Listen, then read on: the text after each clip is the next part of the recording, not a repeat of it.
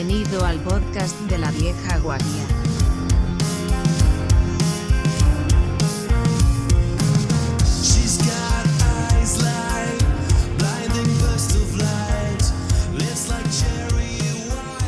Muy buenas a todos y bienvenidos a otro nuevo episodio de La Vieja Guardia. Ya somos 20 episodios, este es el cuarto de la segunda temporada, si no me equivoco, a lo mejor me equivoco por uno o dos, pero no mucho más. Y estamos, como no, el core, el núcleo duro de La Vieja Guardia. Manolo, Sergio, Fran y una sorpresa. Hoy tenemos con nosotros a Pablo Belay de Xeopesca, entre otras cosas, que nos va a hablar de sus aventuras en el mundo, no solo de su asociación para la informática a nivel pesquero, sino sobre otros temas que son del interés de nuestra comunidad. Buenas a todos, buenas Pablo. Hola, boas, o en nuestro idioma, buenas a todos. ¿Qué tal, Buenas Manel? a todos. Pues encantados de tenerte aquí con nosotros. La verdad es que a ver si nos llega el tiempo, porque son bastantes cosas, y a ver cómo va todo un poco el tema, lo que podemos sacar de aquí. En vez de decirte que, bueno, creo que voy a poder presentarte por una vez. Normalmente siempre le dejo a la gente que se presente, pero como cada vez los invitados creo que se merecen más respeto, se merece un poco que los presentemos. Entonces, Pablo es ingeniero técnico de informática. Correcto. Ajá. Como muchos otros. En eso no hay... Pero aparte de eso, ha estado muy involucrado siempre en el software de código abierto, en particular en GPUL, que es el grupo de usuarios y programadores de Linux, ¿o es así? Saudo. Es así hasta que Stallman diga lo contrario, ¿no? Sí, hubo polémica en su momento con Stallman, porque, bueno, hace tiempo, lo cuento así rápidamente, anécdota, al momento de uno. Stallman pasó hace años por la Facultad de Informática de Coruña, entonces, bueno, sabíamos que iba a venir por España, queríamos invitarlos a que viniera a Coruña, pero no quiso venir invitado por nosotros concretamente, porque éramos el grupo de promedios usuarios de Linux, no grupo de promedios usuarios de GNU Linux o GNU con Linux. Entonces, bueno, al final vino con otra asociación. Me parece un motivo más que razonable. Y estuvo ahí y estuvo haciendo las cosas las cosas típicas que hace Stallman. Y dando una charla interesante, hay que decir. Sí, es otro tema que nunca hemos hablado de los puristas de Linux, especialmente de San Richard Stallman.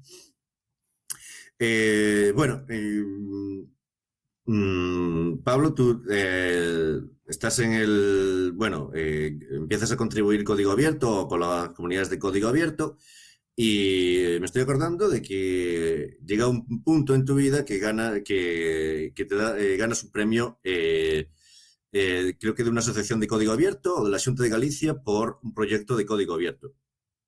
Bueno, exactamente, tenía que realizar el proyecto fin de carrera y hay un concurso, creo que aún continúa mientras la Xunta no lo erradique, en el cual colabora GPUL y algunas otras asociaciones, pero el principal, digamos, organizador es Antega, que es la Agencia para la Modernización Tecnológica de Galicia.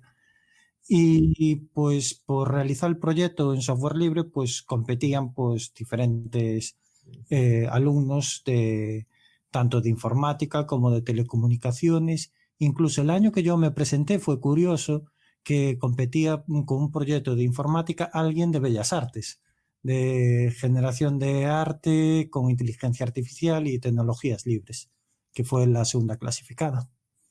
No está mal ver que hay otra gente, que hay otra gente que es de otros campos que se acerca al software de código abierto.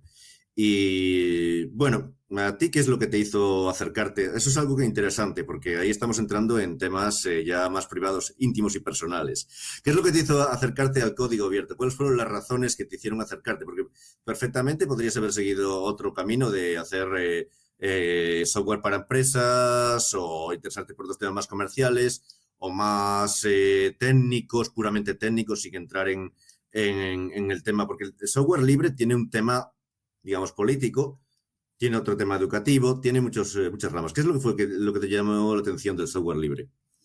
Bueno, primeramente yo me acerqué al software libre, bueno, cuando estaba en el instituto y con un compañero que también acabó haciendo informática, Aitor Gaspar, y por temas un poco de poder entrar más en las tripas del sistema, y luego pues estaban de aquella, empezaban a estar de moda el tema de hackeo de las wifis y un poco pues para poder comprender cómo funcionaban las wifis y poder pues sacarle mayor provecho, pues había ahí algunas distros, la mítica Slacks y algunas Slackware, más, sí. con la que primeramente he contactado. Luego pues ya al llegar a la carrera pues sí que ahí conocí a Gpool y vi las facilidades que existían a la hora de trabajar en comunidad, en una comunidad abierta, que yo pienso que es mejor para enriquecer el conocimiento de la sociedad. Si quieres, Claro. luego avanzamos más, profundizamos más. Sí. Bueno, nótese que aquí cuando Pablo estaba en el instituto había wifi. Eso quiere decir que rebaja la edad media de nuestro, no demasiado, pero sí bastante, un poco la edad media de este podcast. Lo cual es bueno. Yo cuando me tenía que haber ido de la universidad, que todavía seguía por allí, todavía estaba empezando la wifi. Bueno, seguro que ya había gente que la hackeaba por aquel entonces. Sí, bueno yo por qué decir, algunos de nuestra quinta y tal, vimos cómo se implantaba, cómo se instalaba por primera vez redes wifi en la Universidad de Coruña. Wifi, que es una palabra que fuera de España, no, mejor decir wifi, por favor. Aquí la gente les da mucho la risa cuando dices wifi. Y no de JS y JSON y cosas por el estilo. Sí, hardcodear y seguimos con eso. Y mergear. Sí. Lo que pasa es que, claro, aquí también ese wifi suena a wiwi. Pero bueno. Eso sí, bueno, Sergio, no pongas esa cara que tú estás en el sitio adecuado para eso. Pero bueno, continuando con el tema de código abierto y todo eso, vamos a haciendo un poco de inciso. Después empiezas a trabajar, creo que en software sanitario sanitario para el Sergas. ¿O cómo fue esa etapa? Bueno, el primer trabajo como tal de informático sí que fue una consultora, no fue para el Sergas, no se puede decir, pero bueno, vale. Salud en el ámbito privado. Bueno, no pasa nada. Era un pequeño proyectito y bueno, como todas las consultoras ya sabemos cómo funciona. Y sobre todo con un becario al cual pretendían que sacara el proyecto íntegramente. Pero bueno, y no lo hiciste, ahí fallaste. Ya sabes cómo es el mercado, siempre hay ofertas mejores. Bueno, es la ley del mercado, es el mercado, amigo, especialmente en el sector privado. Yo veo aquí muchas sorpresas cómplices en el podcast sobre el tema. Cuando se trata el tema de consultoras, todos son empieza a haber como una especie de nido de complicidades alrededor de ese mundo de consultoras, picadoras y charcutería. También hay que decir que existen consultoras que son muy diferentes, pero son una minoría. También habría a veces que ponerlas un poco en valor. También con el tiempo yo creo que ciertas filosofías de algunas consultoras que son minoría es difícil que los mantengan. Por una cuestión de escala, al final te acabas pareciendo a los que te rodean y a los que con los que compites, digamos. Pero sí, he pasado por varias consultoras, toqué el ámbito sanitario, el de la logística y el de la banca. Digamos que el trío Calatrava de la informática. Bueno, ahí estuviste en todo, ¿no? Sí. Ahí sí tocaste la tríada, el tríodo infernal, o como se llame. Bueno, podemos entrar, yo creo, a una parte que nos interesa, que le interesará a nuestra audiencia, es la parte de tu proyecto de fin de carrera, que se gana ese premio y pasa a ser una asociación. Entonces, ¿puedes comentarnos un poco en qué consiste el proyecto e incluso un poco a nivel técnico también? ¿Qué es lo que pretendes y por qué también, por qué pretendes, por qué has formado una asociación? Aparte de buscar financiación, que es otra manera en España de obtener financiación, tener una asociación. A ver, el proyecto inicialmente pues nació de la necesidad real de un marinero que básicamente no encontraba una aplicación informática que le pudiera, pues digamos, documentar su actividad pesquera, lo que le llaman el librito, el cuaderno donde apuntan todo y que tienen ahí guardado, que son a veces en Galicia son tan reservados porque lo tratan como un tesoro. Realmente es su información digamos, su diario, y no encontraba la forma de tenerlo digitalizado. Entonces yo revisé un poco y para ese sector pues no había ni en software privativo ni libre una aplicación. Entonces pues a mi tutor en aquel momento, a Miguel Luaces, pues le propuse desarrollar la aplicación y perfecto. Entonces, bueno, pues las tecnologías que utilizamos fue utilizar Java, Postgres, ya que tiene un bastante pues buen acoplamiento con el SQL espacial, y luego pues fue una solución bastante clásica utilizando Java y Hibernate. Ahí sí que hay algo innovador, que utilicé pues una librería que había, bueno, creo que aún sigue existiendo, de Hibernate Spatial. Ahí mi pronunciación Spatial, sí, bueno, yo digo spatial, la E no se pierde, pero bueno. Y luego pues la capa vista era una capa simple con Bootstrap, básicamente. Y bueno, la aplicación básicamente pues permite ir registrando y hacer como una especie de buceo de esos datos, o una especie de Big Data sencillo para optimizar las capturas en función de variables que afectan a la pesca, como es las lunas, el viento, bueno, las corrientes. Hay un conjunto de datos. Bueno, entonces en el tema problemas técnicos, por ejemplo, yo veo un problema que es cómo se conecta un patrón que está en alta mar, cómo se conecta la aplicación, se conecta por vía satélite o hay alguna manera. Eso fue mi pregunta es más bien, ¿eso fue el hecho de que sea un producto pensado para alta mar? ¿Es un problema o ha sido uno de los posibles problemas para que os habéis encontrado?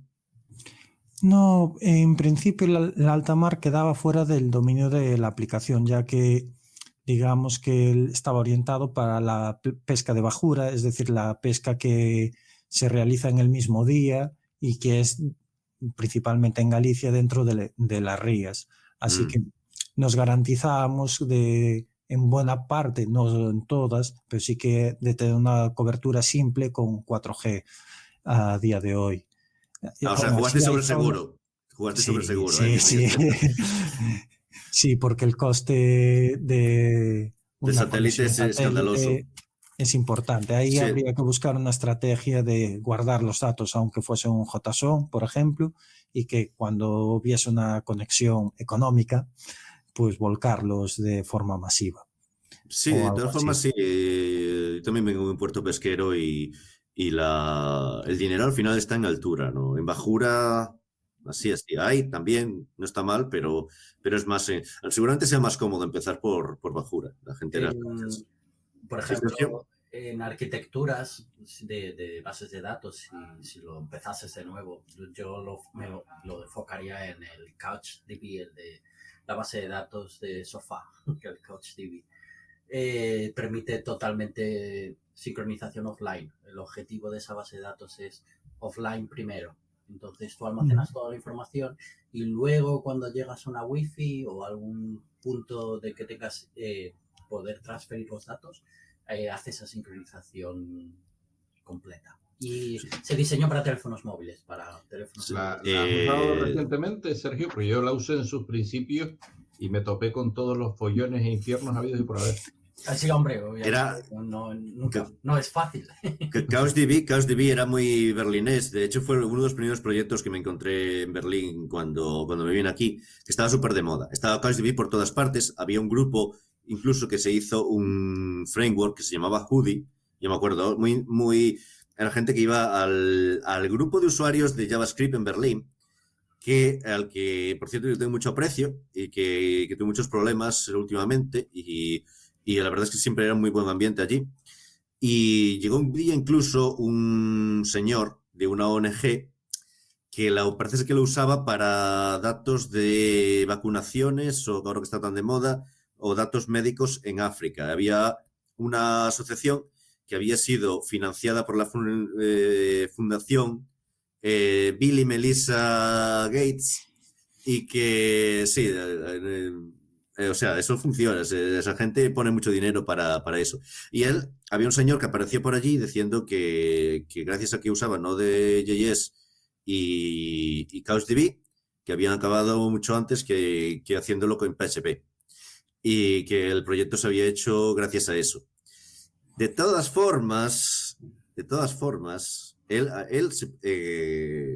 fue a dar una conferencia al grupo de usuarios de JavaScript y para decir lo bueno que era esa tecnología y todo eso, pero yo conocí tuve un compañero de trabajo que había trabajado para ellos y me contó otra versión y me comentó que realmente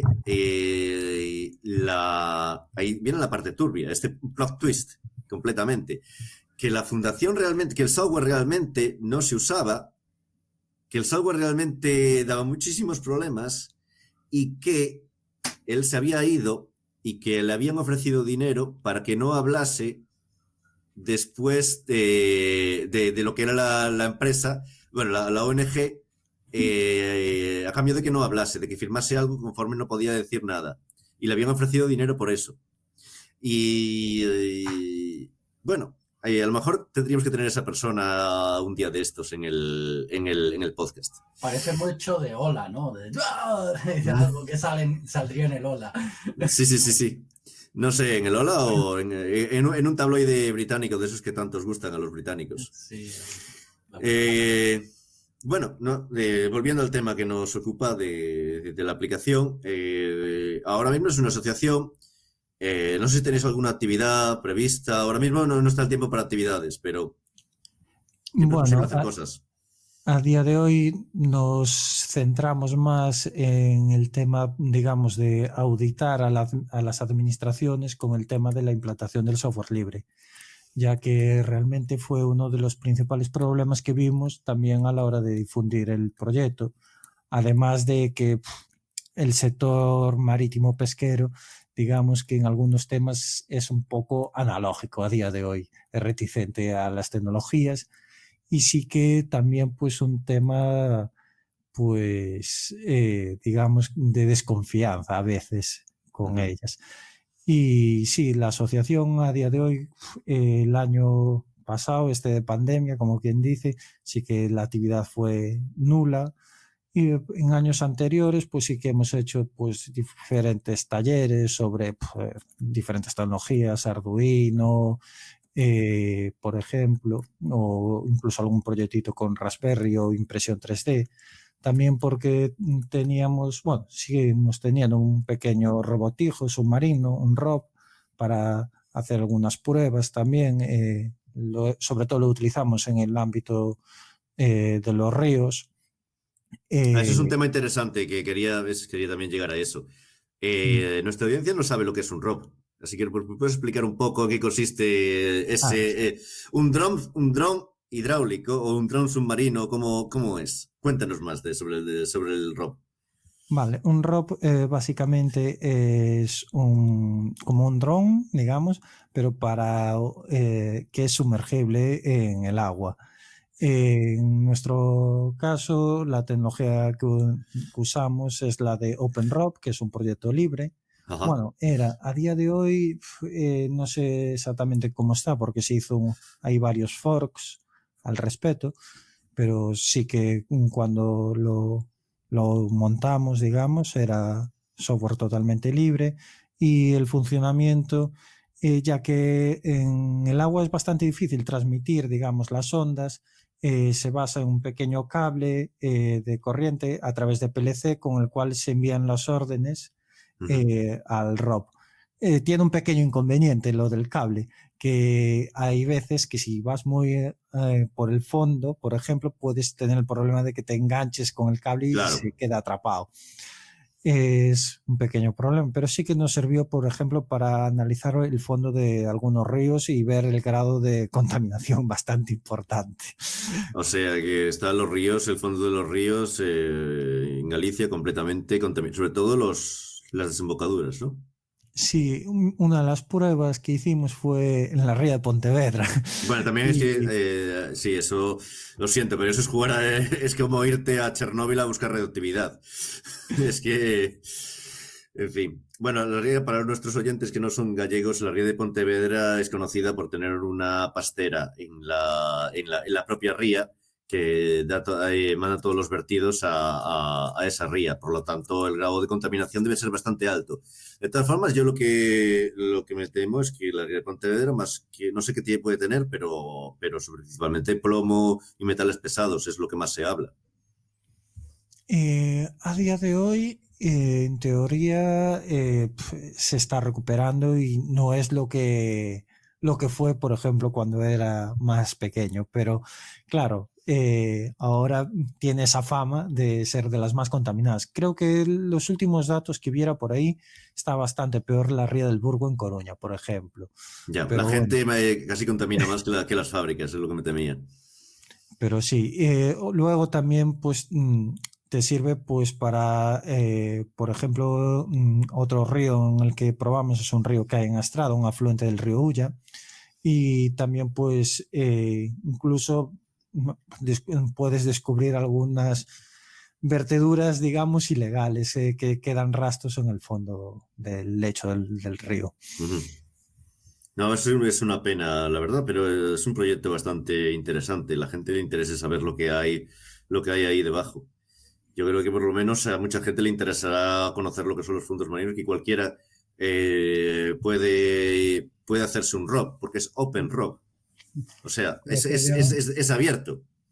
Iba a decir yo que estas cosas, aunque parezca que quedan lejos, luego tienen una serie de implicaciones prácticas, como por ejemplo, pues también hace unos meses tuvimos un problema aquí en la ría de Ares y tal, porque el EUME venía negro de aguas arriba y de hecho un pueblo como este, que vamos por los 10.000 habitantes en la zona y tal, hubo que cortar el agua de los grifos porque no era potable. Uh-huh. Y tuvieron que venir con cisternas para que la gente cogiera el agua en las garrafas o la gente que la cogiera el agua en los supermercados. Uh-huh. Ahí es cuando te das cuenta que dices, sí, bueno, nos interesa, pero lo importante cuando nos pega de verdad, uh-huh, y como no tengamos cuidado, pues nos pegará más veces, aunque se van haciendo trabajos cada vez más en el tema de depuración de aguas residuales y eso, sobre todo porque además hace años que ya vienen pegando empujones desde la Unión Europea con ese tema, pero bueno, eso, que hay que estar vigilantes. Sí, incluso ahora que está muy de moda hablar de las ondas que se envían a Marte y demás, la mayoría de nuestro planeta está sumergido bajo el agua y es ese gran desconocido. Y realmente sorprende que la inversión en tecnología en comparación con los viajes espaciales en esa tecnología de investigar nuestros fondos marinos es bastante menor.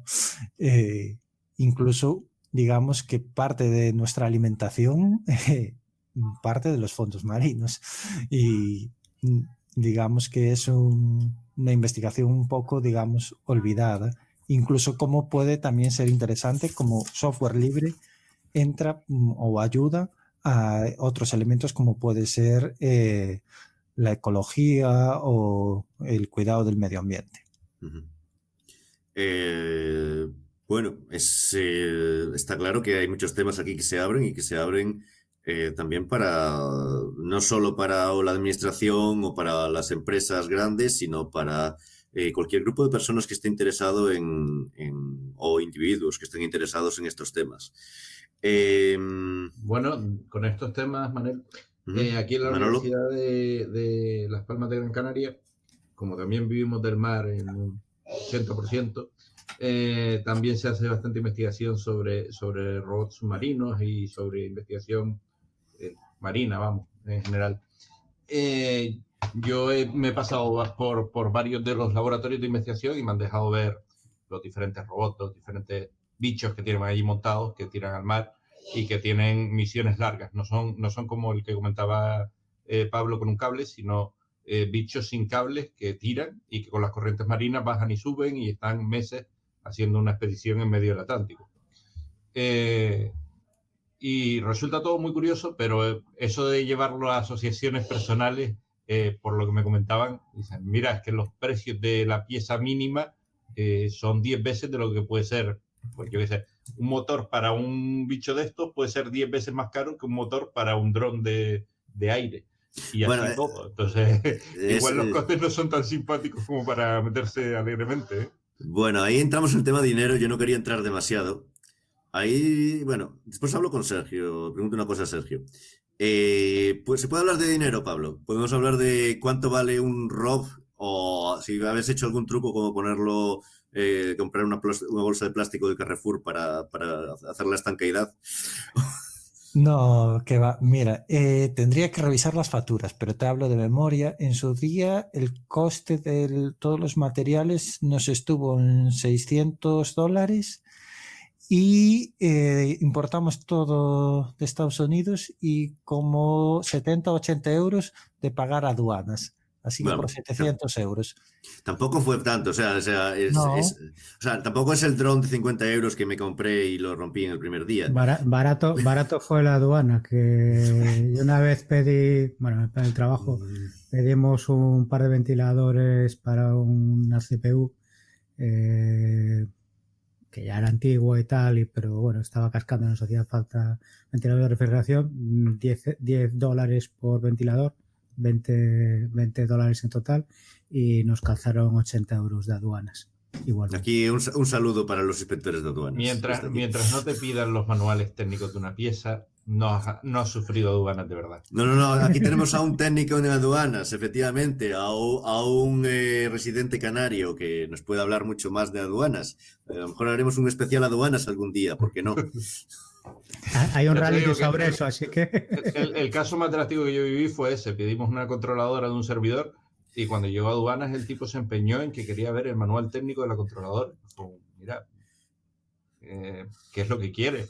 No, el manual que detalle exactamente cómo funciona esto. Y fue pues vale, pero no entiendo nada. Y hasta que no se lo dimos no dejó pasar a la aduana. Estoy seguro que si lee el manual, seguro que lo va a comprender cómo funciona. Estoy segurísimo, vamos. De que estaría personalmente interesado en el manual porque sabría que si va a comprar una o algo, no lo sé. Me imagino. Bueno, yo confieso de guiño a nuestra comunidad que me he pedido el manual de Unix del Porsche, del que hemos hablado estos días en nuestra comunidad. Me he perdido, y además salía barato, creo que he pagado $5 o algo así, 5 euros, pero aún no lo he recibido. Cuando lo reciba, mostraré capturas. No en este podcast, porque es difícil mostrar una captura en un podcast. En esto de los libros vintage, yo esta semana he tenido que desempolvar un libro de cómo hacer comunicaciones con C a nivel de socket y todo esto. Oh, pero eso es un clásico. Me ha tocado tocar una movida en un Windows C del siglo pasado y no recordaba bien cómo iba el tema y fue espera, yo creo que tengo un libro de esto por ahí escondido. Lo saqué y efectivamente, recordando cómo se hacían las cosas muy a bajo nivel, resulta bastante divertido. Bueno, yo por motivos laborales seguramente tenga que ir a algo como eso. Y ahí, no sé, Pablo acaba de sacar 2 libros, no sé si los quieres mostrar o no se puede.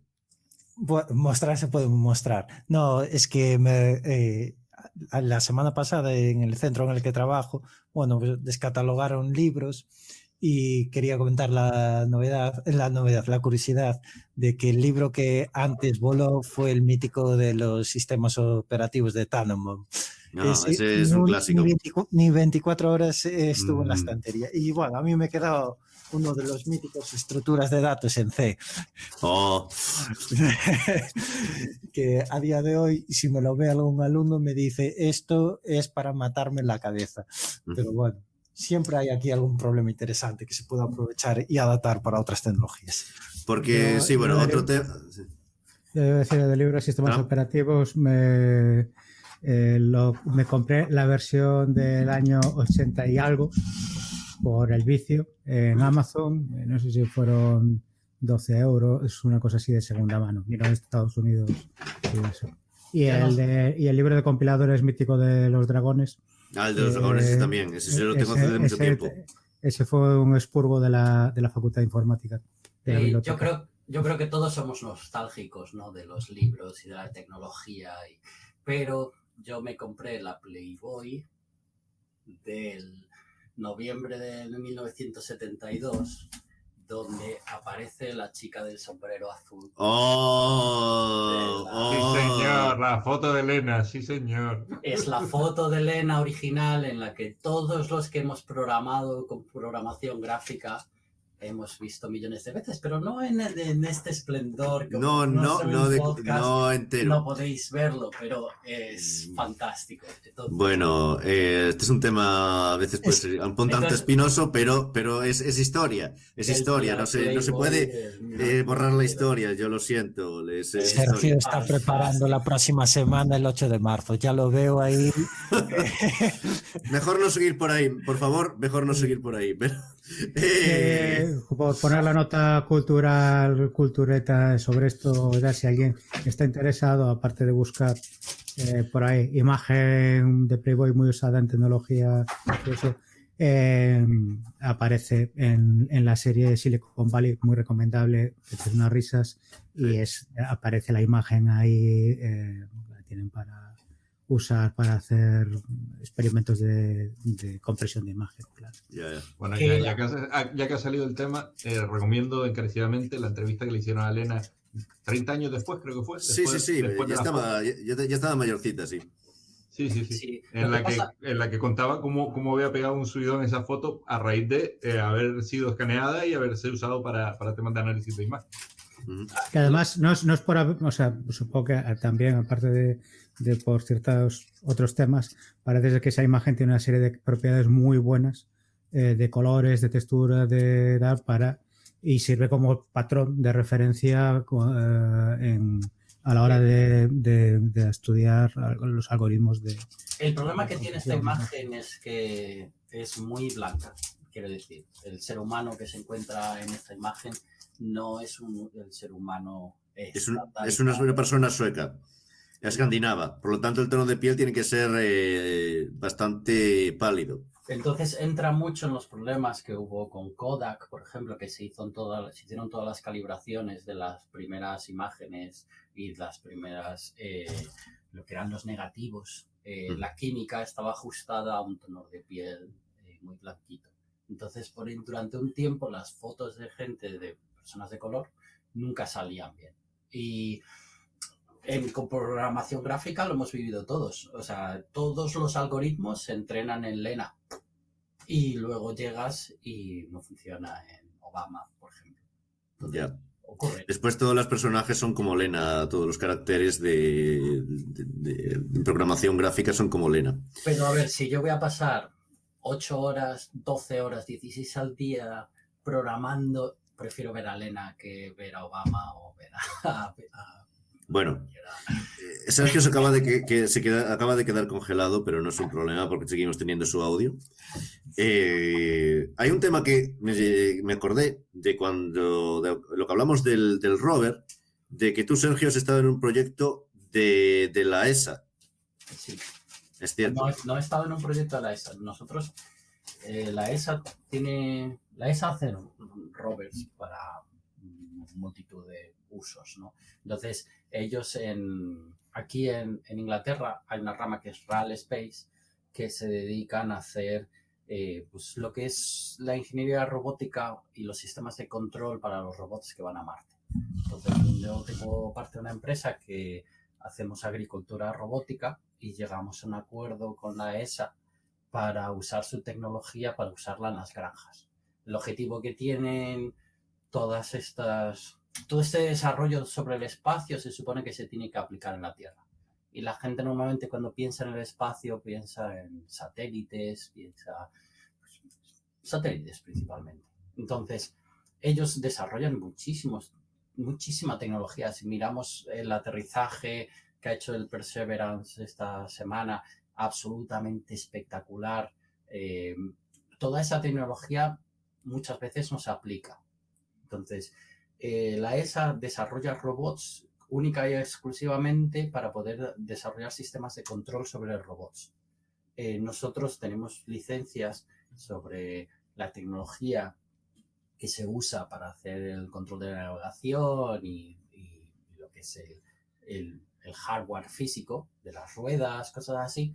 Y con eso desarrollamos un proyecto que se llama Earth Rover, que se dedica, usamos láseres para matar las malas hierbas, para eliminar lo que es la mano de obra humana que nadie quiere hacer, ¿no?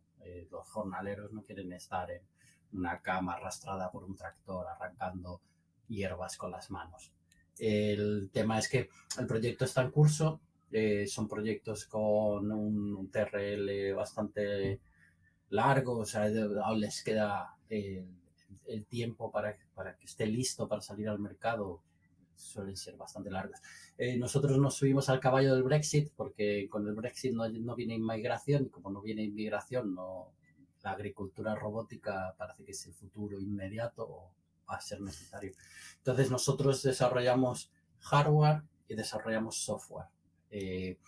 Como empresa contribuimos a ROS Industrial, a Robótico OS, y sacamos sistemas de control para tener robots en granjas. Yo ahora ya no formo parte del proyecto, solo soy, pues, supongo que ahora paso a ser inversor únicamente, pero durante un tiempo fui el director de tecnología allí. Es fantástico, o sea, todo lo que es la parte robótica, aún queda bastante. Al igual que tenemos la robótica en agua, que es, pues, en cierta manera, como no vas a chocar contra una ballena, ¿no? Pero o sea, a lo mejor el cable se te queda enganchado.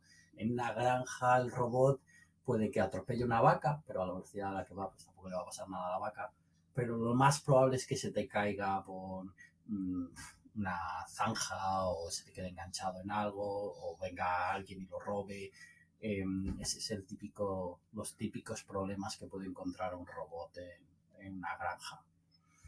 No, es un tema bastante complicado porque es bastante difícil de mecanizar. Entonces, es un trabajo manual que es bastante difícil de mecanizar.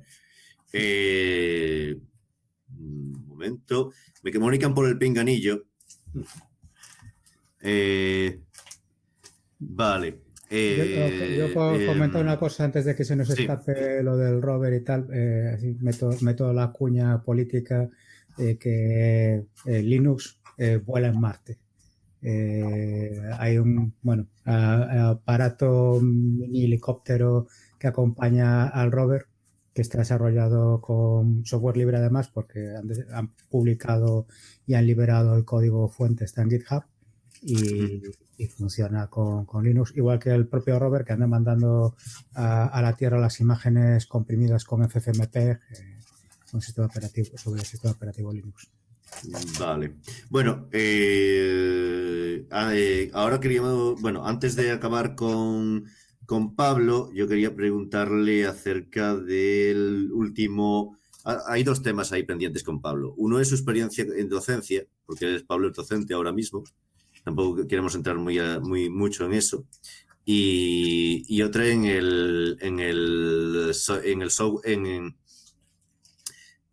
la parte de software libre, en la parte de... ¿qué está pasando aquí? Vamos a hablar de la docencia ahora mismo. En la parte de software libre, me refería al artículo que acaba de publicar en Xeopesca, que es relacionado comparando a Galicia y Madrid, sobre todo hablando de Madrid, un poco del uso de software libre en Madrid. ¿Podemos hablar un poco, no sé, qué tema prefieres hablar antes? Empezamos. he venido a hablar de mi libro. Ha venido a hablar de tu libro. Software libre versus Galicia versus Madrid. Sí. Aunque yo me leí la comparativa y veía más Madrid que Galicia. Sí, ese es el principal problema, que a ambas administraciones se les solicitó en el año 2019 la información sobre lo que gastaban en licencias de software privativo. Exactamente, preguntamos por las de Microsoft, aunque podríamos abrir la puerta a otras muchas más licencias que nos acabamos enterando que están a usar. Lo primero es que Galicia a día de hoy, 2 años más tarde, pues aún no nos ha contestado ese gobierno tan ejemplar de la transparencia, y sorprende que Madrid... El COVID, es todo culpa del COVID. Ya, y sorprende que Madrid sí nos dio una relación pues detallada de a esta empresa para esto, de mantenimiento, licencias, quiero decir, fueron bastante escrupulosos con la información que nos dieron. Eso sí, fueron un poco, digamos, retorcidos, porque nosotros les pedimos datos de los últimos 5 años y nos ofrecieron, pues, déjame revisar, de los últimos 4, pero incluso ni nos los dieron completos. Solo completos tenemos el año 2017 y 2018. Como claro, pedisteis la información de los últimos 5 años, nosotros entendimos de la fecha de la solicitud. Aún así, ves que es un gasto, digamos, en licencias de Microsoft casi constante. De un año, por ejemplo, el 2017, que tenemos datos completos, estamos hablando de 967 millones solo en licencias. ¿Millones o 967 perdón, millones? 967.000, perdón, 967.000 euros. Y del 2018, 823.000. Básicamente son cifras muy, muy similares. Yo creo que Manolo quiere decir algo. Sí, yo también me leí el artículo, me pareció muy interesante y me parece una labor de investigación bastante curiosa. Molaría hacerlo sobre todas las comunidades, a ver cuáles son los resultados en general.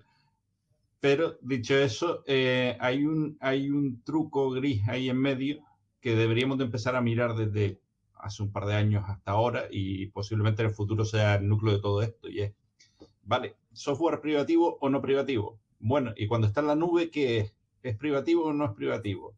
Office 365, ¿qué lo considera? Yo lo considero privativo, por supuesto, pero... Entonces empieza a entrar en la zona gris de cómo malear las cosas. Pablo no está de acuerdo ahora. Si no presentan el código, no es software libre. Efectivamente, vale. Si no siempre hay que ir al concepto. El concepto es el concepto. Y irse a la definición de Stallman. Y si no hay publicación de código, no es... Asume que hay publicación de código. Por ejemplo, un servicio de Amazon. Elige cualquiera de los que son software libre. Cuando la comunidad paga por servicios y empieza a pagar por usarlo en la nube de Amazon, y Amazon empieza a hacer sus jugadas grises, tendiendo más a negras que grises, ¿en qué lugar lo colocas? O sea, cuando sí es software libre, el código está publicado, pero tiene nuestras modificaciones, que sí, que no, que... No sé. Sí. Sigo viendo de todo esto. Yo sigo insistiendo en ir al concepto y a la esencia. Nos guste o no, Stallman lo tiene muy claro, y está publicado el código y tiene una licencia que se considera libre. Es libre. Cualquier otra cosa no lo es. Es una respuesta binaria y muy sencilla. Luego lo podemos intentar hacer complejo para intentar encuadrarnos y querer a lo mejor vender algo como libre cuando no lo es. Pero incluso hay una licencia que es muy interesante, que es la GPL, que nos permite publicar el código de nuestras aplicaciones, sobre todo para aplicaciones web, y tener, digamos, la exclusividad de vender el uso, digamos, y es una licencia totalmente libre. Entonces, yo no entiendo cuál es el problema realmente de no querer licenciar más productos de este servicios en la nube con esa licencia GPL. Sí, de todas formas, aquí, desgraciadamente, yo creo que el problema va más allá de licencias. O sea, nos da igual la licencia que le ponga Microsoft al software, al Office 365, al que sea. Esto ya no es una cuestión de licencia, es una cuestión de precios. Y no se está vendiendo solamente el uso en sí mismo del Office, en el caso de Microsoft o el Outlook o lo que sea, sino lo que se está vendiendo es todo el stack completo, y es como está entrando Microsoft a saco, sobre todo Microsoft, otros también, hay otros actores ahí, pero Microsoft está llevando ahora mismo el gato al agua, porque, bueno, pues eso, porque coge y da todo el beneficio, entre comillas, que dan los servicios en cloud, que es, yo no me preocupo del software en este caso, pero además no me preocupo de mantener lo que mantiene vivo el software.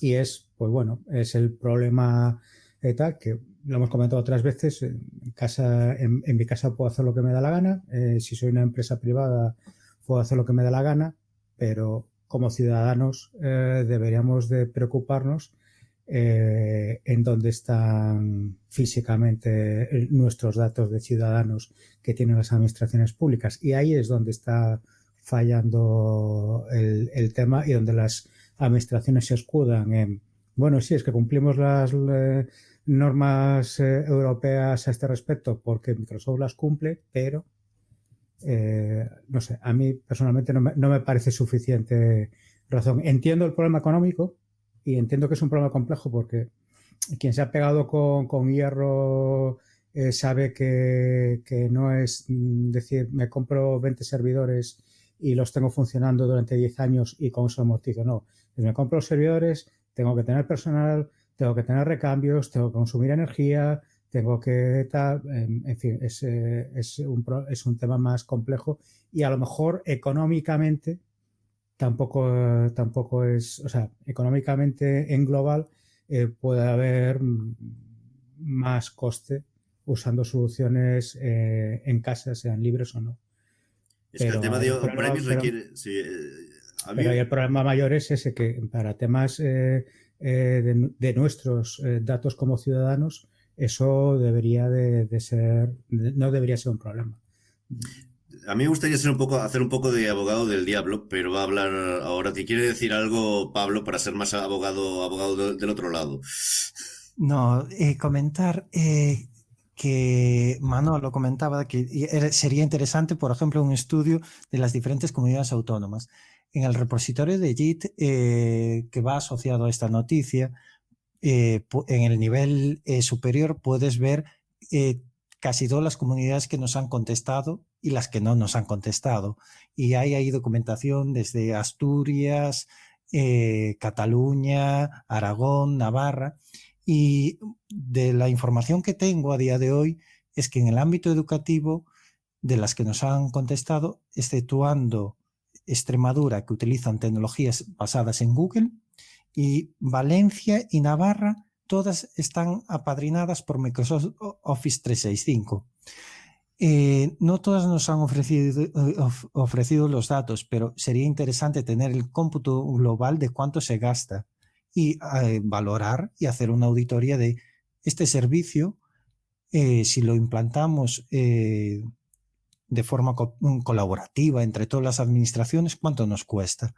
Realmente yo creo que existe bastante margen para dar un servicio de calidad y que sea rentable. Pero aunque fuese más caro, hay una cuestión que comentaba Sao de Filón, que es una cuestión de soberanía tecnológica.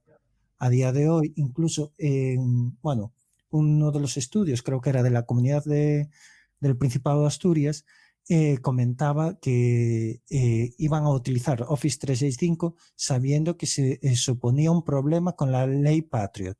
La ley Patriot, no sé si la recordáis, pero básicamente es que Estados Unidos puede entrar donde sea. Si la empresa es americana, lo sentimos. Si tenemos una sospecha de que hay un alumno que sea terrorista, vamos a entrar ahí y bucear todo lo que sea posible. Vale.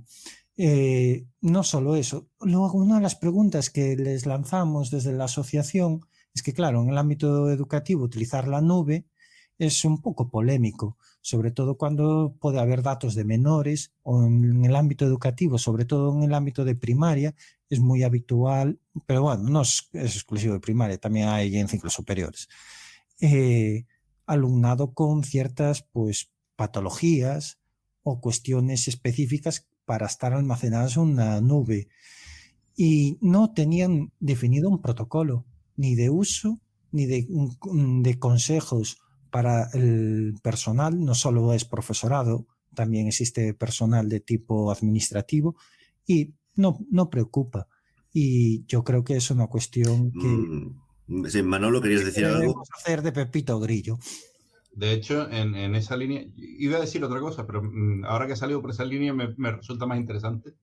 Incluso plantearía el derecho que tenemos a que retiren nuestros datos.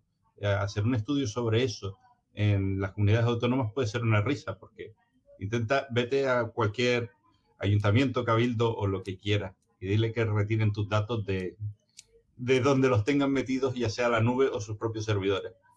Si lo consigues, me lo cuentas, porque vamos.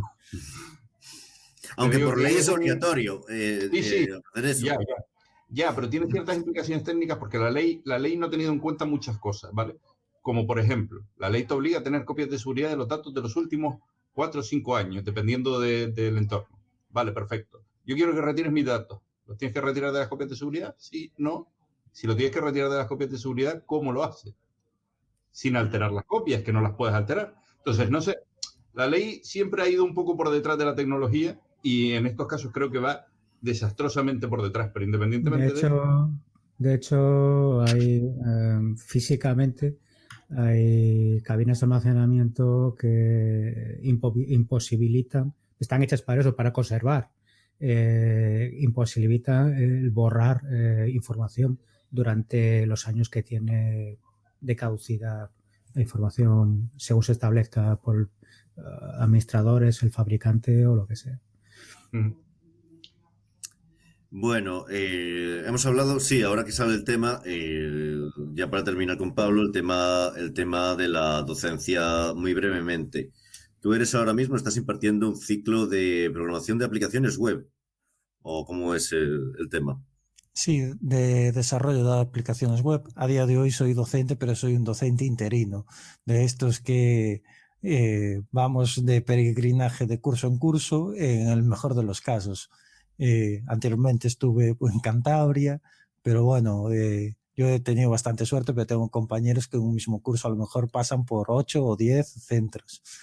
En un mismo curso 8 o 10. Sí, o más, Me parece una barbaridad, pero bueno. Pero bueno, sí. Y a día de hoy, bueno, estoy impartiendo módulos de programación en contorno cliente y de interfaces web. Bueno, y bueno, ¿cómo es la experiencia? ¿Qué opinas de los materiales que debes impartir? Porque tienes unos materiales que debes impartir, y de tus alumnos así, un poco generalmente. Que no sé si nos escuchará, si nos están escuchando, así que no sé si, bueno. A ver, la formación profesional por sí es un amplio espectro. Digamos que tenemos lo más básico, que es la FP básica, que es aquellos que les cuesta la ESO, y entonces pues les dan una orientación profesional. Ahí es un trabajo tedioso, pero también muy agradecido como docente. Gente pues que a lo mejor no tiene interés por, digamos, los estudios, y que una forma de trabajo más, digamos, productiva, ven un producto realizado, pues los consigues enganchar y que no se caigan del sistema educativo. Luego tenemos los ciclos medios, que sería la continuación, y ahí pues básicamente el ciclo mayoritario, bueno, y único, es de, digamos, mantenimiento de equipos, como quien dice.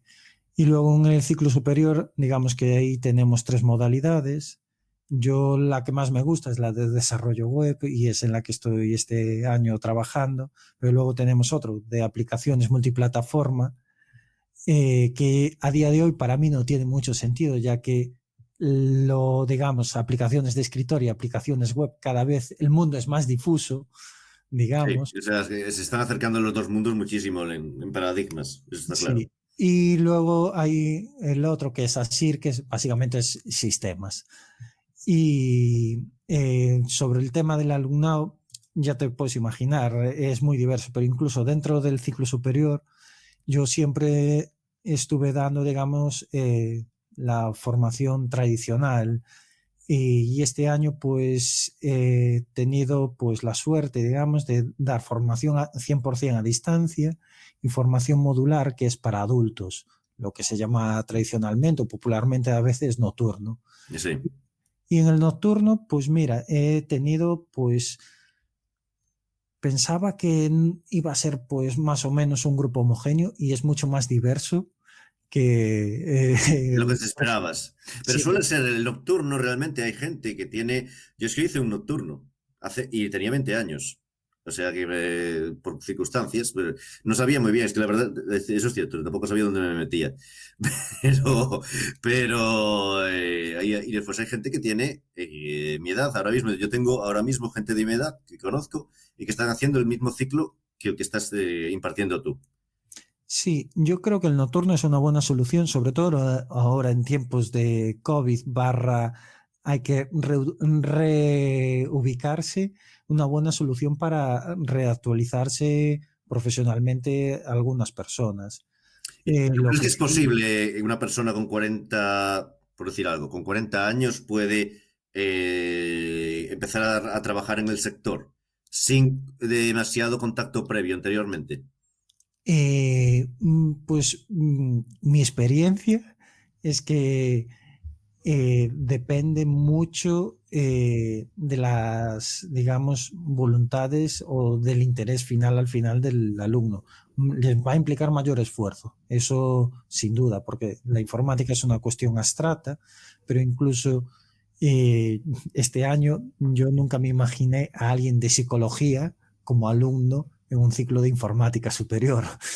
Bueno, yo tuve un manager aquí en Berlín que había sido, era licenciado en ciencias políticas, pero había empezado bastante más joven, había empezado con 20 y pocos. Sergio quiere decir algo, porque si no, no... Sergio, estás en mute. Mientras Sergio se desmutea, yo decir que últimamente veo varios casos en esta época así tal en Twitter, gente comentando que se ha reciclado y están entrando en el mundo del desarrollo. Y sobre todo veo gente que entra por la parte de front y demás, pero bueno, ahí está. Sí, es muy curioso que entran por la parte de front, que me parece una de las partes más difíciles, pero también quizás es una parte que muchos veteranos no queremos tocar. Sergio, ¿tú querías decir algo? ¿Sigo en mute? No, ¿verdad? No. No estaba en mute. El caso es, yo estaba buscando un programador de front, ¿no? Y estoy usando una técnica que es seguir a todos los juniors que hay en LinkedIn. Si necesitas un programador, lo que haces es sigues al primer junior que encuentras y a partir de ahí, entre todos, hacen una cadena. Y hay un chico que ha creado un canal de Discord que ya tiene como 250 juniors. Casi como nosotros, audiencia, sí. El caso es que los juniors, la definición de junior ha cambiado mucho. Para mí, llega un punto en el que ya no tengo muy claro si me siento herido porque parece intrusismo profesional. Ves gente que a lo mejor tiene 40 años, que nunca se ve, obviamente, viendo su currículum, nunca jamás ha tenido ningún interés en informática. No hay ningún punto en ese currículum en el que haya tenido nada, ni un Office. Y de repente se hace un curso, un bootcamp de 3 meses y ya es full stack. Entonces, yo estoy encontrándome y a Manolo se lo pego porque me hace mucha gracia. Yo cada 2x3 encuentro un currículum de estos espectaculares en el que pues ha sido cajero, camarero, ahora pues una gasolinera y de repente ha hecho un curso de 3 meses y es full stack.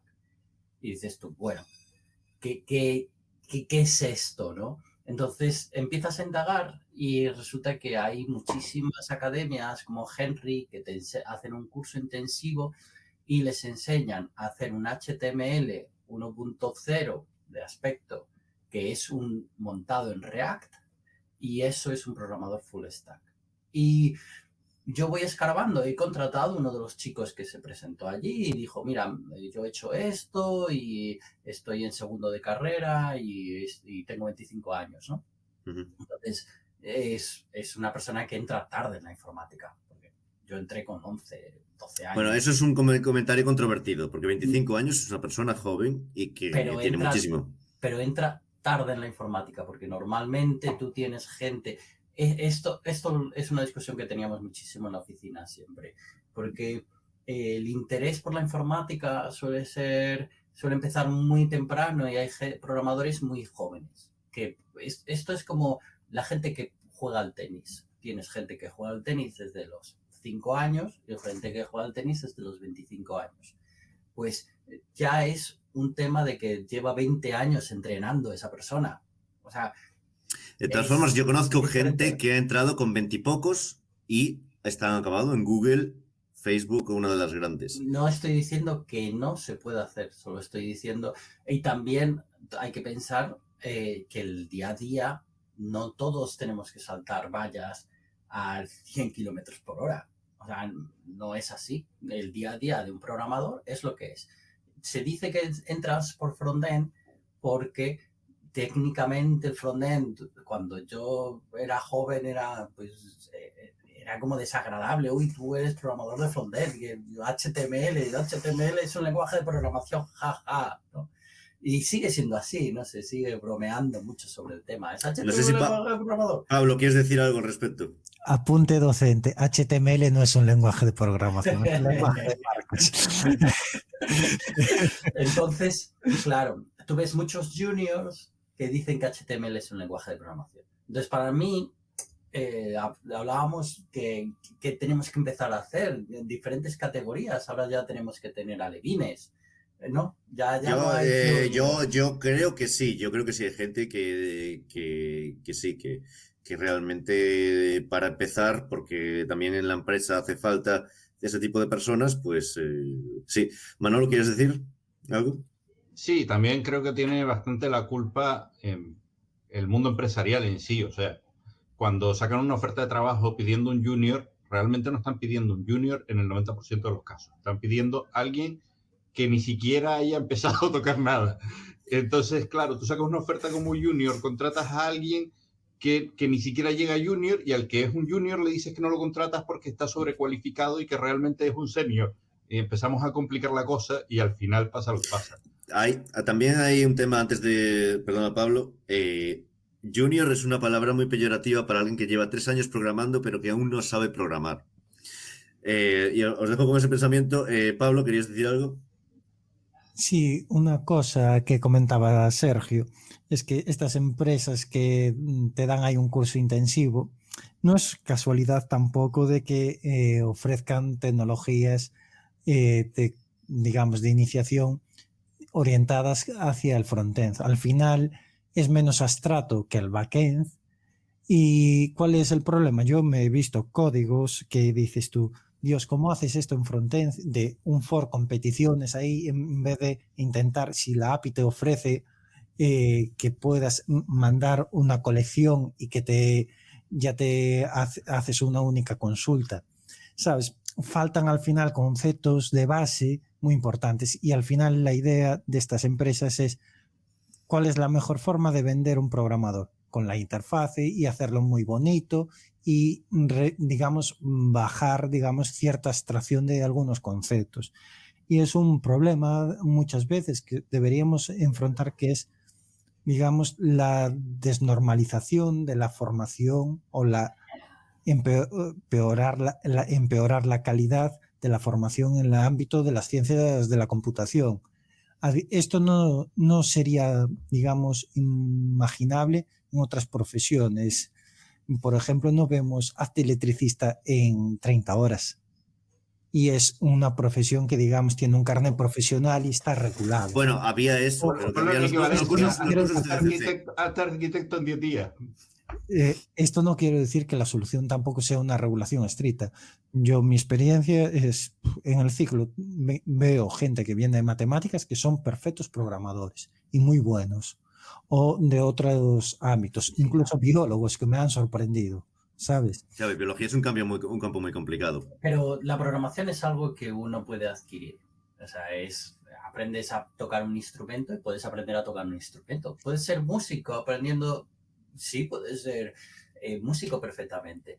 El problema, yo lo que estoy viendo es que toda esta gente se le dice que vas a obtener una profesión y en 3 meses te van a dar un trabajo. Entonces, mi LinkedIn ahora está lleno de gente que dice, es que llevo 3 meses buscando trabajo y nadie me ofrece un trabajo. Y es horrible. A lo mejor podemos hablar de la nueva categoría de desarrollador triunfito. Triunfo también. Todos vais a ser famosos, todos vais a tal, y al final, pues bueno, Rockstar Programmer.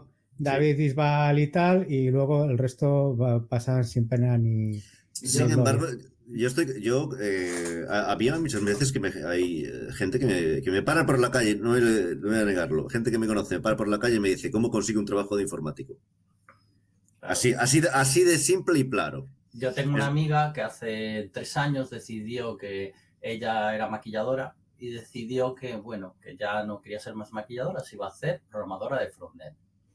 Y ahora es programadora de UI y UX. Entonces, se ha encontrado su nicho, ¿no? Y realmente nunca jamás va a hacer un algoritmo. No está en su mayor interés, en su interés en absoluto hacer un algoritmo. Sin embargo, parece que sí que hay cabida, porque al final, pues, si miramos, por ejemplo, los pósters, pues, diseño gráfico en general, pues una persona que tenga talento de dibujo puede diseñar papelería. No hay ningún problema.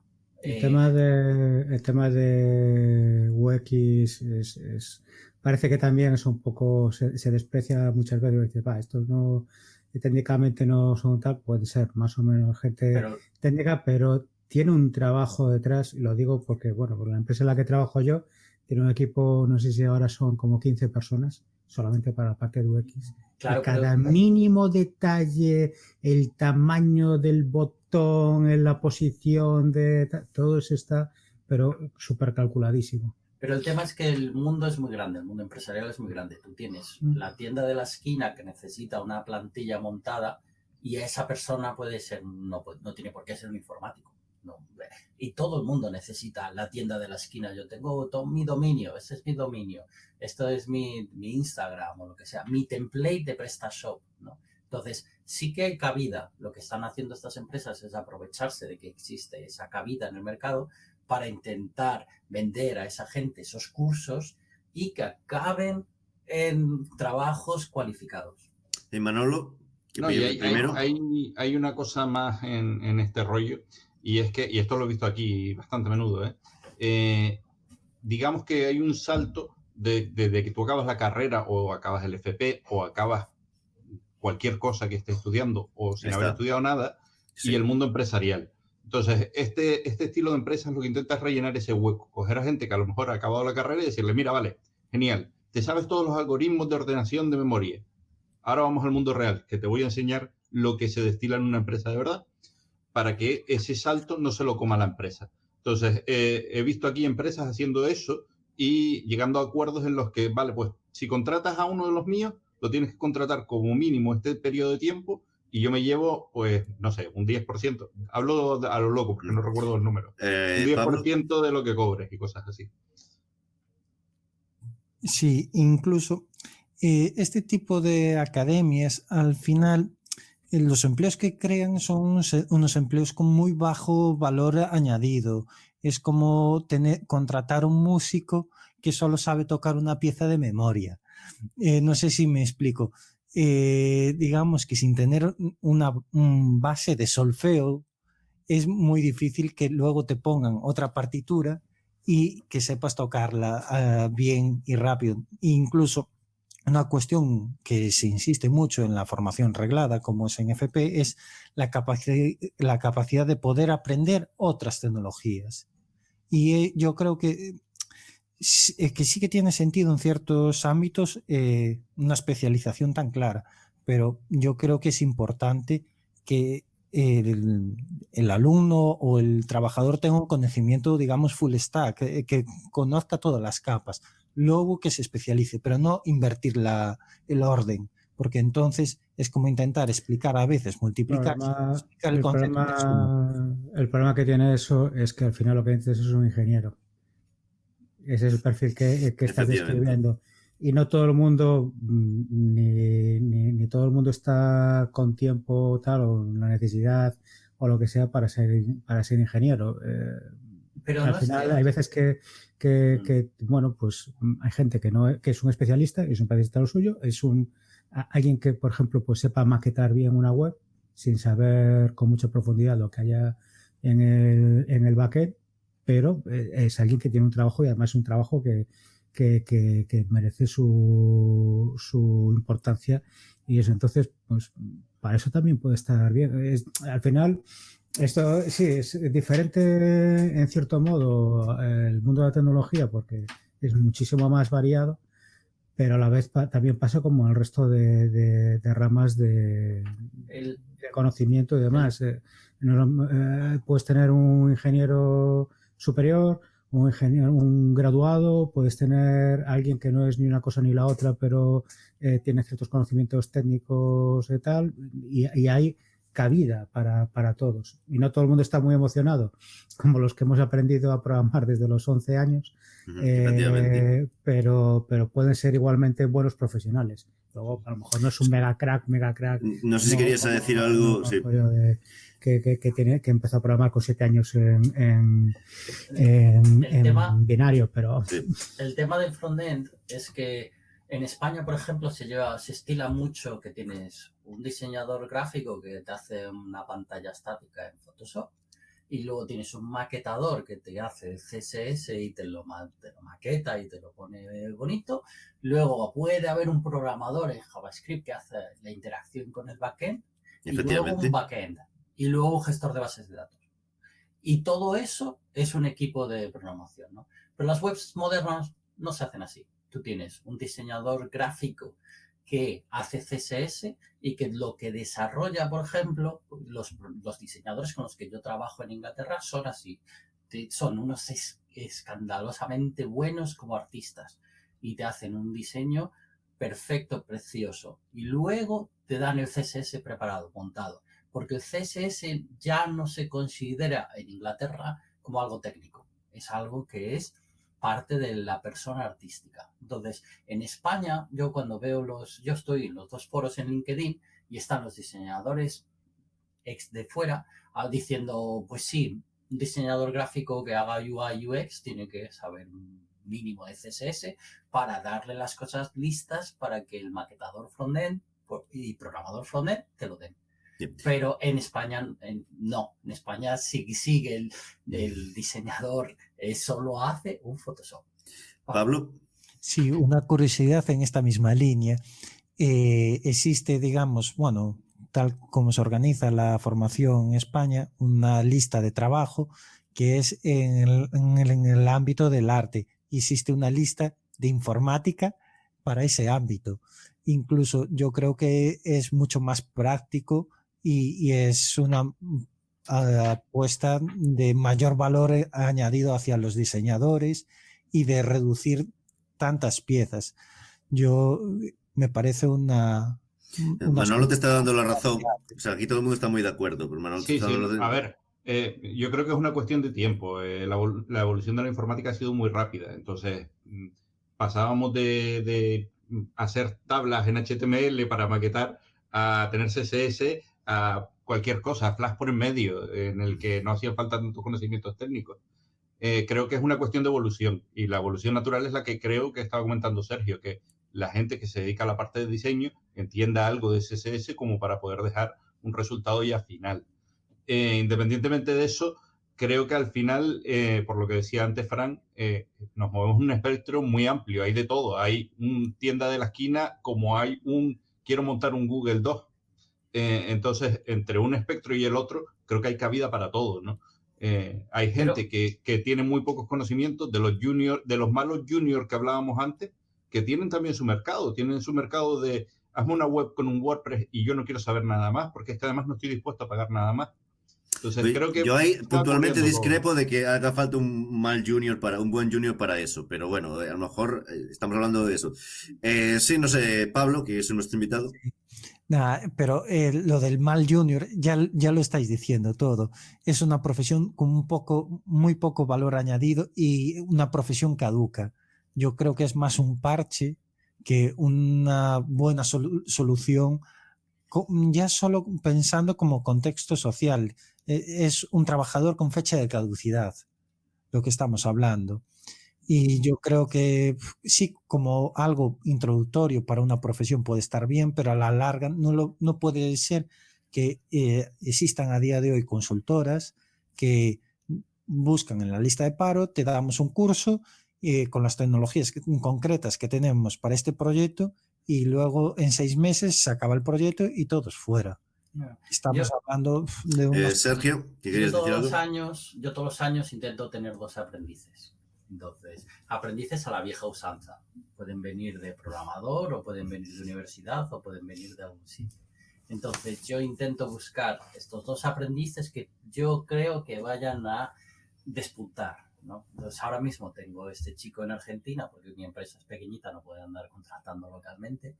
Y lo que busco es un buen portfolio y que sean dinámicos y que tengan y que vayan a aprender. Entonces a este hombre esta semana hace React, la semana que viene hace PHP, la semana que viene hace Python, la semana que viene hace Vue y cada semana le voy exponiendo. Pero no puedo, por ejemplo, descargar la carga de trabajo de, pues, toma, aquí tienes un servidor Linux. No sabe Linux, tengo que enseñarle Linux. Entonces, el tema es, esa persona puede evolucionar a ingeniero.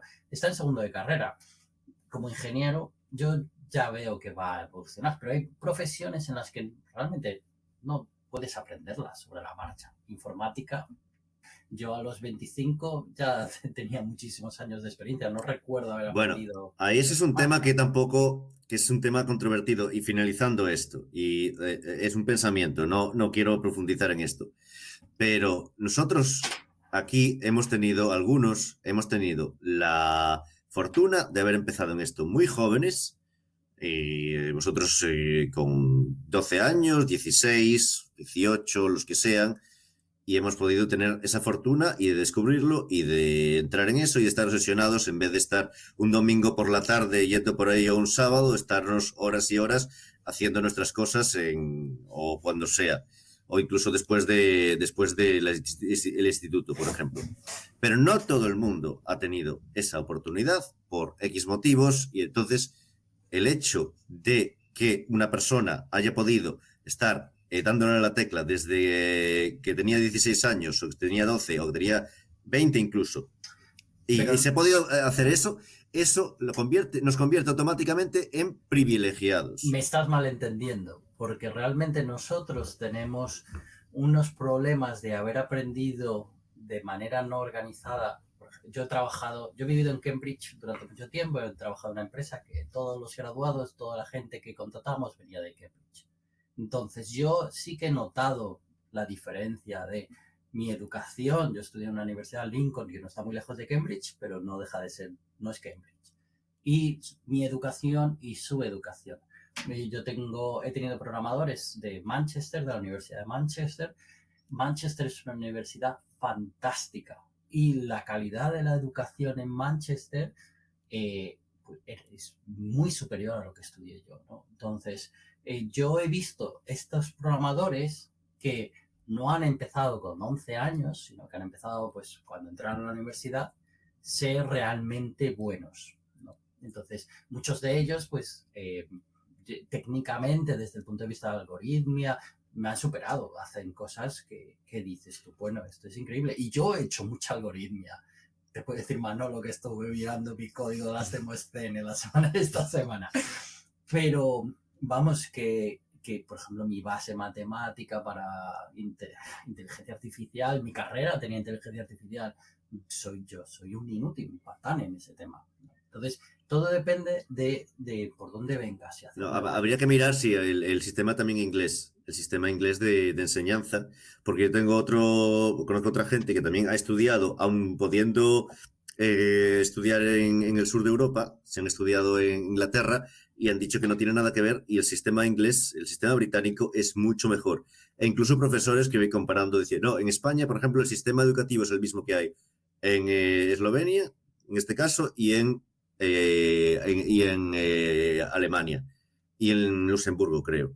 Una persona que ha estado en varios lugares y dice, y he estado también en Inglaterra y el sistema británico es mucho mejor y es mucho más práctico en todos los sentidos. O sea que habría que hablar eso. Ahí Pablo discrepa, pero no vamos a entrar más en eso porque nos estamos pasando de tiempo. Entonces dejaremos eso para otro podcast. Recomendamos a Pablo que nos se una a nosotros en otra oportunidad o incluso en el futuro inminente spin-off en gallego del podcast, que en algún momento se hará, no sé cuándo, porque estamos muy ocupados.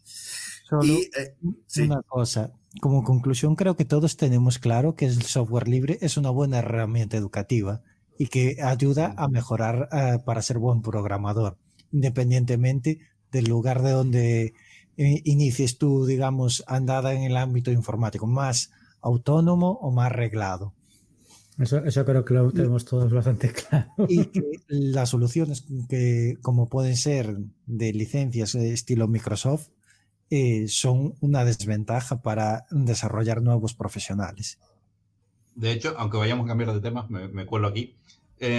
Recuerdo que estando en la carrera, a pesar de que yo conocía el software libre, ya tenía el Linux instalado en mi máquina, llevaba, no sé, 2 años, 3 años trabajando con Linux. Recuerdo que un compañero mío me dijo, le pregunté, chacho, ¿cómo funcionará el LS? Y me dijo, ¿y por qué no lo miras? El código está ahí. A mí me pegó una bofetada y efectivamente fui, miré el código y entendí cómo funcionaba un LS. Creo que sí, que es una herramienta educativa brutal.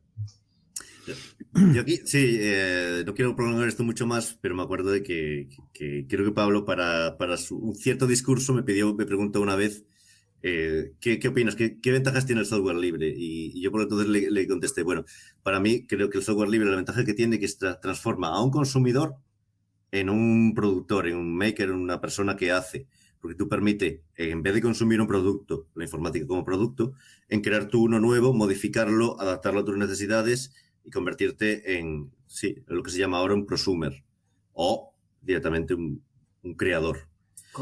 Contribuir, eso es lo que queremos decir, que si estáis empezando a programar, lo mejor para aprender es contribuir a proyectos. Aún así no deja de ser sorprendente que las universidades, y bueno, esto lo publicamos también en Xeopesca, siguen apostando por el software con licencias y se gastan muchos euros. Sí, universidades públicas. Y las privadas también. Y las privadas sí. Curioso, pero las privadas deberían mirarme más por... Habría que hacer eso Antes de cambiar de tema, sí. Revisando, me sorprendía que casi todos los servicios de la nube los tenían externalizados, exceptuando uno. A ver si sabéis cuál. El servicio de correo. No. Tanto apostamos por la nube y demás, y me sorprendió tanto la Comunidad de Madrid como la Consellería de Educación en Galicia, en Asturias, bueno, y unos cuantos más que tengo aquí apuntados que no dio tiempo, pero sí, de como ese doble rasero do concepto de servicio, pues, digamos, no externalizado o fundamental, a veces que se considera o estratégico. Claro, la privacidad ahí vuela. No sé, yo conozco, ya no quiero seguir mucho más con esto, conozco un banco grande, porque ahora ya no quedan tantos, y el banco que es grande, que tiene sus cuentas en Gmail. Y ahí lo dejo. Y ahora cambiando de tema, porque ya llevamos con esto, creo que hay unas noticias que merece la pena comentar. No sé si Pablo quiere seguir o los quiere dejar. Voy a dedicar 10-15 minutos a comentar estos temas, que sobre todo, Fran, el tema de FOSDEM, la DevConf.cz y la TabularConf. ¿Algo que comentar al respecto? Sí, era, bueno, pues ahí estuvimos también, Manolo también estuvo participando y otros compañeros de la comunidad, bueno, participando, asistiendo en estos eventos. Ya el Forsden ya nos va quedando a principios de mes, y parece ya nos queda un poco lejos Sí. y la semana pasada fue la DEFCON. Y antes de eso fue la Tabular Conf, que yo me enteré gracias a Manolo precisamente. Yo por mi parte, así de comentar cosas y por comentar así muy brevemente de las cosas que más me han llamado la atención, de la Tabular Conf, pues el comienzo se empieza a oír cada vez más ruido sobre el tema de MLOps, o sea, de filosofía de DevOps aplicada a Machine Learning, a aplicaciones y desarrollo sobre Machine Learning. El FOSDEM, que es mucho más abierto y tal en muchas tecnologías y muchísimos tracks. Yo creo que casi me quedo con la charla que hubo sobre temas de dependencias en el software, que es algo de lo que deberíamos de hablar más a menudo, y sobre todo por estos últimos casos que hemos estado hablando de ataques de supply chain, de cadena cadenas de bueno, la traducción no me sale ahora, vaya. De cadena de suministro. Cadena de suministro. Efectivamente, pues esto está siendo cada vez más frecuente. Hace poco también salió un artículo sobre este tema en el que hablaba una persona que había hecho un hack simplemente porque había aprovechado información que se filtraba en paquetes compartidos por grandes empresas, muy grandes empresas, y de ahí había derivado cierta información, había conseguido engañar a los sistemas de dependencias para que cogieran sus paquetes y no los paquetes oficiales de cosas como Python, como Node y demás, y había conseguido meter código de esa persona que podría ser código malicioso, en este caso no lo fue, pero podría haberlo sido, en grandes empresas. Entonces, pues es algo que, vamos ahora mismo, el tema de las dependencias, tu software tienes que entenderlo de arriba a abajo, desde lo que has desarrollado tú hasta todo lo que se sostiene sobre él, y no solamente la capa que has hecho tú. Y bueno, del FOSDEM, por motivos personales, me pareció también interesante conocer a la comunidad OS Arch, que es la comunidad de software libre dedicada a temas de ingeniería y arquitectura. Están haciendo, bueno, ahí se habla un poco de todo, pero pues, por ejemplo, pues se están haciendo desarrollos muy interesantes de BIM, de modelado BIM sobre Blender, que es un software libre que permite pues mejorar el proceso, el desarrollo de los proyectos de arquitectura e ingeniería. Y también el tema que también se está hablando cada vez más últimamente en las conferencias, y como se ya entronco con la DevConf, que está más enfocada al mundo Red Hat, pues el tema de GitOps, la filosofía GitOps, que en algún momento ya hemos hablado de ella, es una especie de derivado de la metodología de DevOps, pero más específica, pues eso, como su nombre dice ya, utilizando Git como herramienta fundamental para todo en la puesta en producción del software. Y no sé si Manolo quiere contar algo, que yo he saltado aquí mi speech, pero también ha estado por ahí y seguro que también quiere comentar. Yo también me he metido en más conferencias, aparte de las que ha nombrado Fran. Pues He estado metido en las conferencias de JavaScript, ¿no? Me compré un multipase de 6, 7 conferencias. Creo que por ahora han habido solo 2, la de testing y la de Node. Y a pesar de que hay charlas muy interesantes y de que hay cosas muy, muy curiosas, quiero destacar otro punto que me parece bastante interesante del efecto COVID, de tener que ir a conferencias en diferido sí o sí o sí, y cómo estamos buscando la forma de solucionar lo que nos falta de las conferencias, ¿vale? En la Node Congress, que fue la última que fui creo que el jueves y el viernes, han encontrado una solución que me pareció muy chula, y es que tú posicionas a tu avatar donde quieras respecto a la pantalla que están emitiendo. Entonces el sonido baja o sube respecto a la posición que tú tengas de la pantalla. como en una conferencia real. Si te pones muy al fondo, lo oyes muy bajo. Si te pones muy cerca, lo oyes muy alto. Pero además, con la gente que tienes alrededor, también los oyes de la misma manera. Entonces, si tienes a gente sentado a tu derecha o a tu izquierda, los oyes como si estuviesen al lado, mientras que a los que están más alejados los oyes menos. Aquí hay muchos temas que no realmente creo que no sé, no me acaban de encajar, ¿eh? O sea, que tener todo lo malo de las conferencias lo trasladas a las conferencias virtuales. Tienes la opción de trasladarlo, tienes la opción de verlo como las estás viendo hasta ahora, de pongo el vídeo y ya está, y no oigo a nadie más, o tienes la opción de tener este juego. Y la verdad es que tener este juego tiene su punto, ¿eh? Que se te sienta al lado de alguien y diga, oye, exactamente de qué está hablando, porque acabo de entrar y tiene su gracia, ¿no? Yo que las pongo 1.5x o a 2x, no me digas. Pero también habrá esa opción, supongo. El podcast nuestro lo puedo escuchar a 3x. No, sobre todo el de hoy, empezasteis todos bastante apagados, pero la cosa llegó a un punto en el que la cosa se animó bastante más.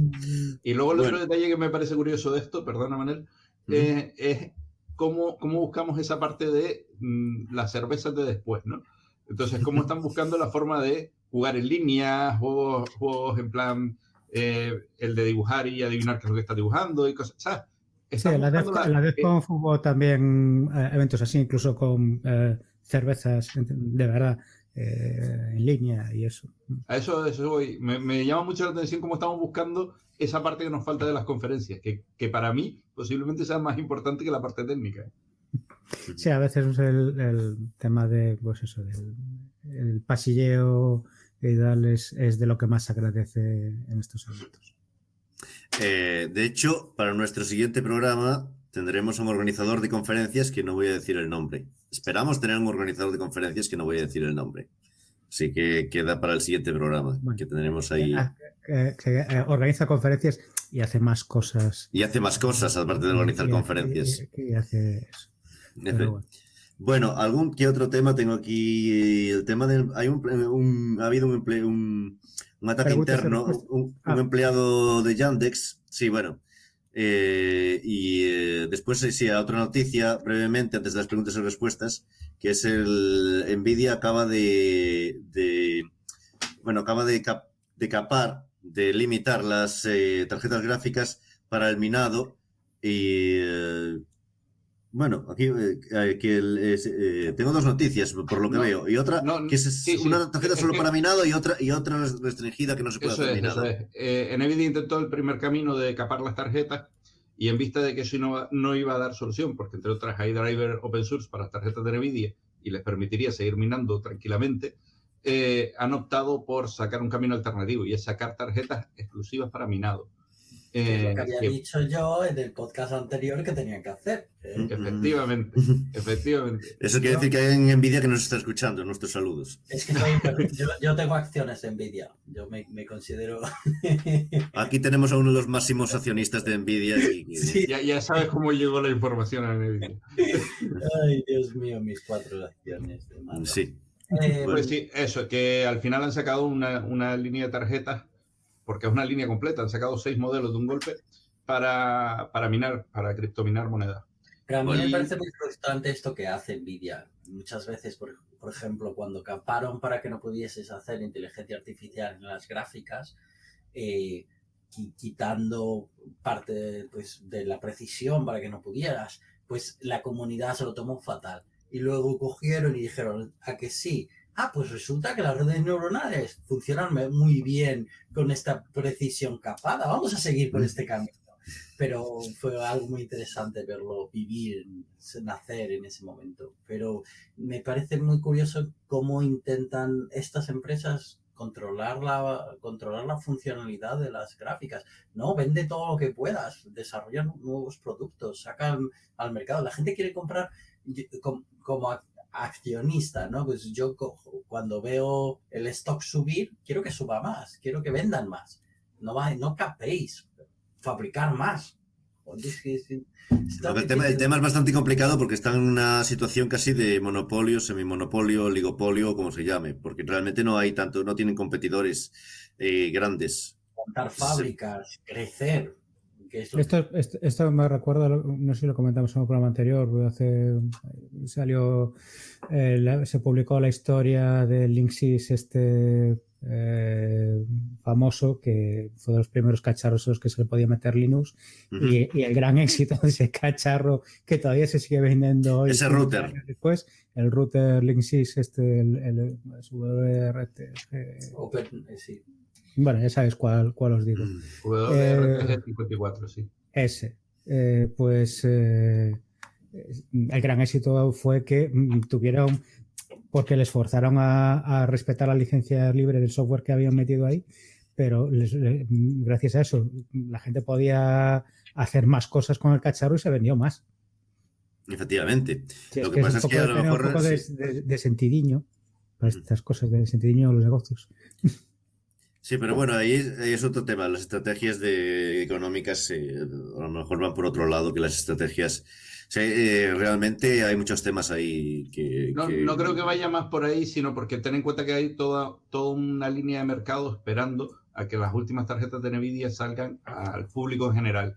Si ahora llegan los criptomineros y se las llevan todas, toda la industria del videojuego se resiente. Todos esos juegos que vienen preparados para ray tracing en las tarjetas avanzadas se quedan a la espera de que esas tarjetas lleguen al público en general y pueden hacer fracasar un juego tranquilamente. Ya no sería el primero que no puede ejecutarse. Bueno, aunque a lo mejor esos juegos, no sé, son demasiado potentes. No, pero están retrasando toda la industria. Por ejemplo, tenemos las PCI Express con movimiento completo de acceso a la memoria directamente desde la gráfica, ¿no? Un direccionamiento absoluto desde la gráfica. Pues claro, hay muchos videojuegos que necesitan este tipo de acceso para poder acceder a los recursos gráficos. Entonces, si no salen al mercado, obviamente esos videojuegos no podrán usar los recursos, la gente tendrá que irse a otras alternativas si quiere jugar, ¿no?, a todos estos videojuegos. Están parando la industria. Lo que estaba diciendo, lo que se estaba comentando online es que lo que debería, creo que fue Elon Musk que dijo que lo que tenía que hacer Nvidia es ya hacer que tengas que apostar, hacer un bidding, no sé cómo se dice en español, no me acuerdo, apostar como en eBay, ¿no? Pues, sí, no apostar, pujar. Por favor, gracias. Tenéis que pujar, que habría que pujar por las gráficas. Entonces, Nvidia en su página web ya pujarías directamente por las gráficas, porque dice la gente, no, pero es que eso significa que van a subir las gráficas de precio. No, lo que significa es que vas a poder comprar la gráfica en Nvidia va a tener el beneficio y va a poder montar otra fábrica. Pero si en este momento lo que haces es que obligas a la gente a no pujar, sino que comprárselo al revendedor, porque los revendedores tienen una infraestructura para comprar 100 a la vez o 1000 a la vez. Entonces, si Nvidia ahora mismo monta esa web de pujas, nvidiaebay.com, y entonces empiezan la gente empieza a comprar las gráficas, a mí no me importa pagar 50 euros más y poder tener una gráfica, pero la quiero ya, no quiero esperar dentro de 2 años. O sea, yo creo que ese podría ser un camino.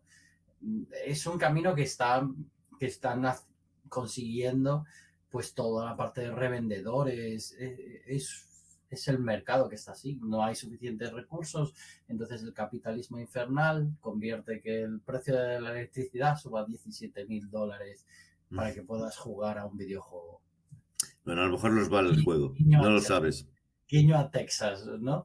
Imagínate la gente jugando a los videojuegos en Texas y con los problemas que han tenido con la electricidad. Sí. Pero, luego echarán la culpa a los desarrolladores de Cyberpunk 77. Los de Crisis destruyeron.